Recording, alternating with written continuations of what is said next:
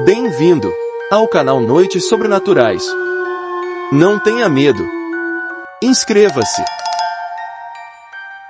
Deixe seu like. Canal de entretenimento com conteúdos exclusivos. A bruxa em Água Boa. No tecido da vida simples e cadenciada do distrito de Água Boa, cada morador possuía suas particularidades e segredos. Seu Benedito, um homem de rosto marcado pelo sol e mãos calejadas pela lida na terra, tinha na sua vaca leiteira uma companheira silenciosa e uma fonte essencial de sustento para sua numerosa família. O súbito desaparecimento do leite não era apenas uma perda material, mas um golpe na sua rotina e na sua fé na providência. Dona Maria, com seu sorriso acolhedor e sua dedicação em cuidar das aves, via nos ovos frescos um pequeno milagre diário. A inexplicável infertilidade de suas galinhas lançou uma sombra de preocupação em seu coração materno.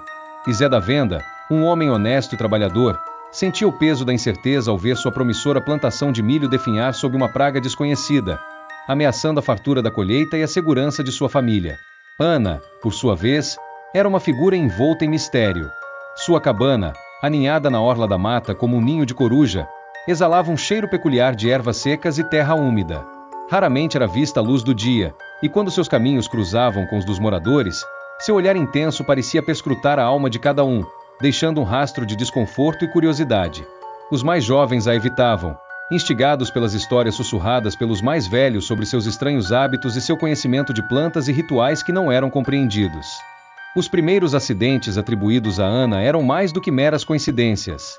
A vaca de seu Benedito não apenas parou de dar leite, mas suas tetas ficaram inchadas e doloridas, como se agulhas invisíveis a tivessem picado. Dona Maria encontrava penas escuras e retorcidas nos ninhos vazios, e um silêncio incomum pairava sobre o galinheiro ao amanhecer. A praga que devastou o milharal de Zé da Venda não era uma infestação comum. As folhas das plantas se enrolavam em espiral, como se mãos invisíveis as tivessem contorcido, e os grãos apodreciam de dentro para fora, exalando um odor fétido e incomum. O caso de Pedrinho, no entanto, elevou o medo a um novo patamar.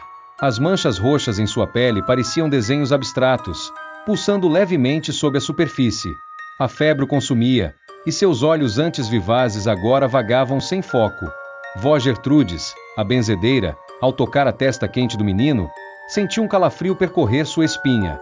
Suas ervas e suas orações habituais não surtiam efeito, e a velha senhora percebeu que uma força mais sombria estava em ação.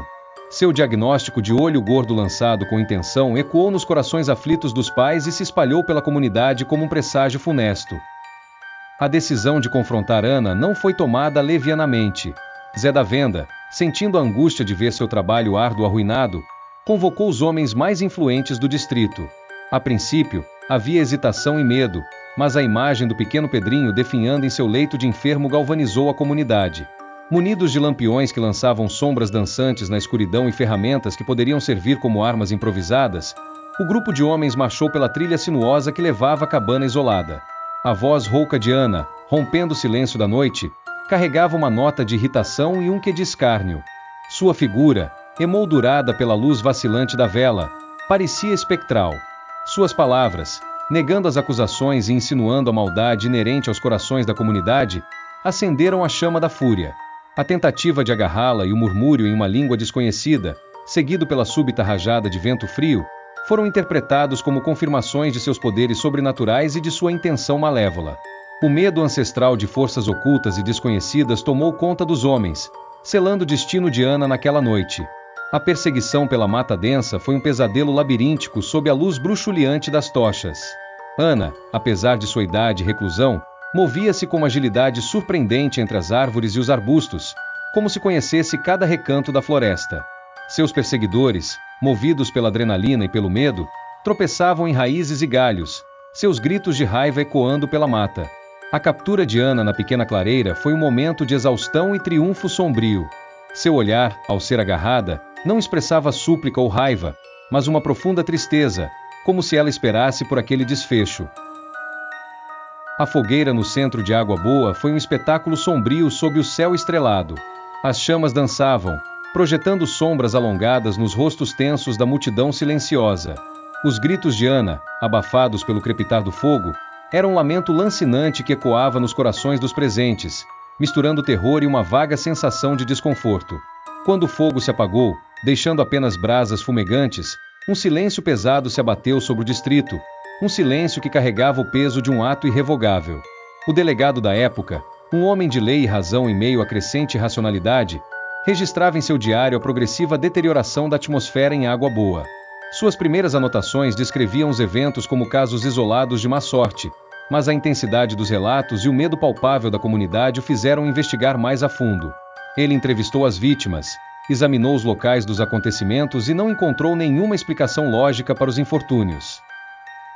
As entradas sobre Ana revelavam um misto de ceticismo e preocupação.